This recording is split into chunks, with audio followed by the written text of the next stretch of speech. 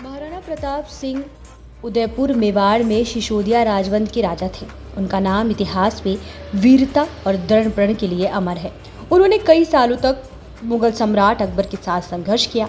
महाराणा प्रताप सिंह ने मुगलों को कई बार युद्ध में भी हराया। उनका जन्म राजस्थान के कुंभलगढ़ में महाराणा उदय सिंह एवं माता रानी जीवत कंवर के घर हुआ था।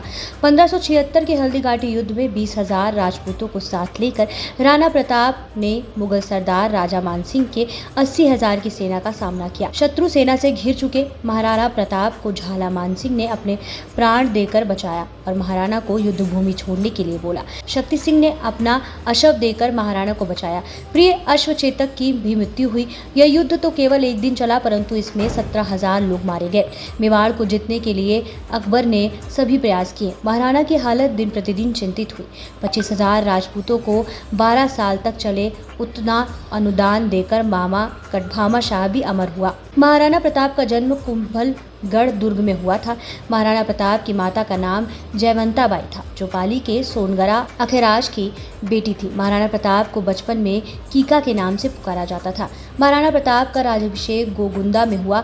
बचपन से ही महाराणा प्रताप साहसी, वीर, स्वाभिमानी एवं स्वतंत्रता प्रिय थे। सन 1572 में मेवाड़ के सिंहासन पर बैठते ही उन्हें अभूतपूर्व संकटों का सामना करना पड़ा, मगर धैर्य और साहस के साथ उन्होंने हर विपत्ति का सामना किया। मुगलों की विराट सेना से हल्दीघाटी में उनका भारी युद्ध हुआ।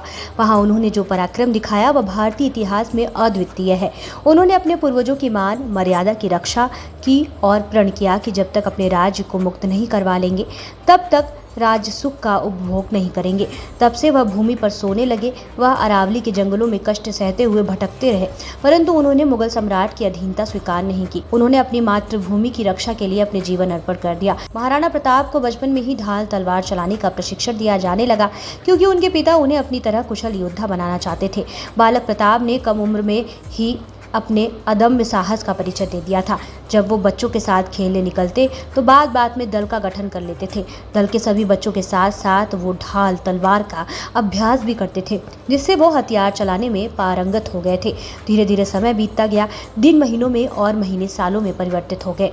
इसी बीच प्रताप अस्त्र शस्त्र चलाने में निपुण हो गए और उनका आत्मविश्वास देखकर उदय सिंह फूले नहीं समाते थे। महाराणा प्रताप ने अपने पिता की अंतिम इच्छा के अनुसार उसके सौतेले भाई जगमाल को राजा बनाने का निश्चय किया, लेकिन मेवाड़ के विश्वास पात्र चूंडावत राजपूतों ने जगमाल के सिंहासन पर बैठने को विनाशकारी मानते हुए जगमाल को राजगद्दी छोड़ने को बाध्य किया।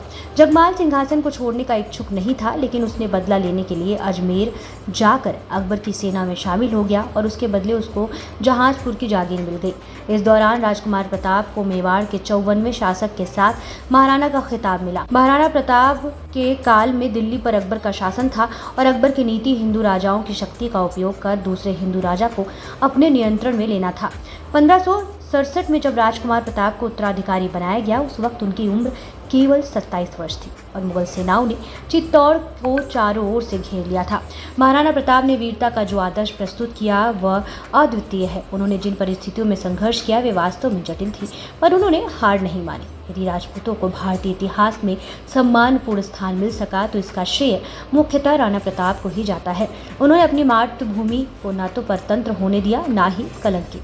विशाल मुगल सेनाओं को उन्होंने लोहे के चने चबाने पर विवश कर दिया था। मुगल सम्राट अकबर उनके राज्य को जीतकर अपने साम्राज्य में मिलाना चाहते थे, किंतु राणा प्रताप ने ऐसा नहीं होने दिया। आजीवन संघर्ष किया। महारानी जयवंता के अलावा राणा उदय सिंह की और भी पत्नियां थीं, जिनमें रानी धीरबाई उदय सिंह की प्रिय पत्नी थी। रानी धीरबाई की मंशा थी कि उनका पुत्र जगमाल राणा उदय सिंह का उत्तराधिकारी बने। इसके अलावा राणा उदय सिंह के 2 पुत्र शक्ति सिंह और सागर सिंह भी थे।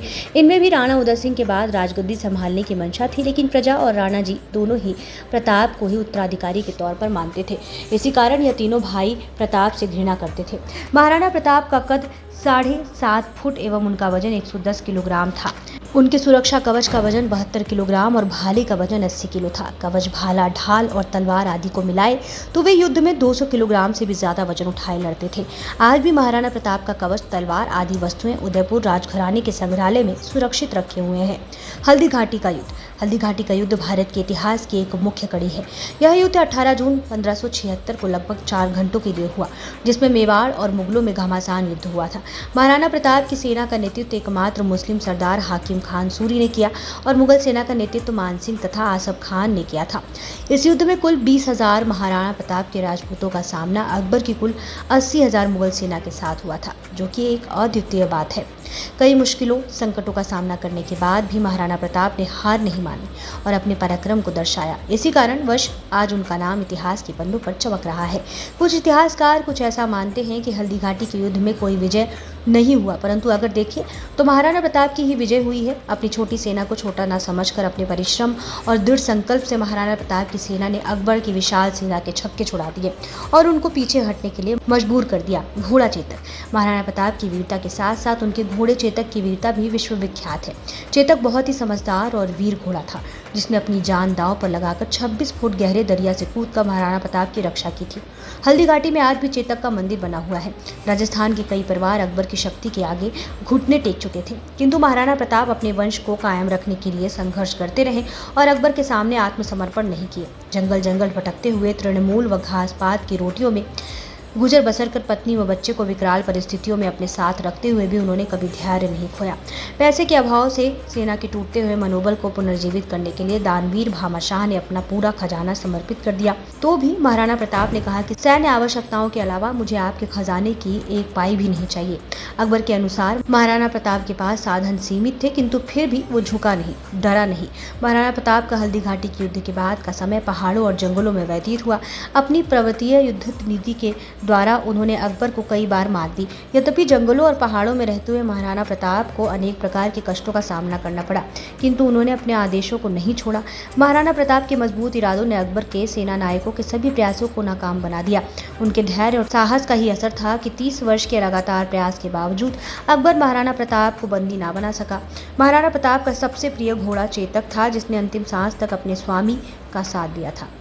मृत्यु। आखिरकार शिकार के दौरान लगी चोटों की वजह से महाराणा प्रताप 19 जनवरी 1597 को चावड़ में स्वर्ग सिधार गए।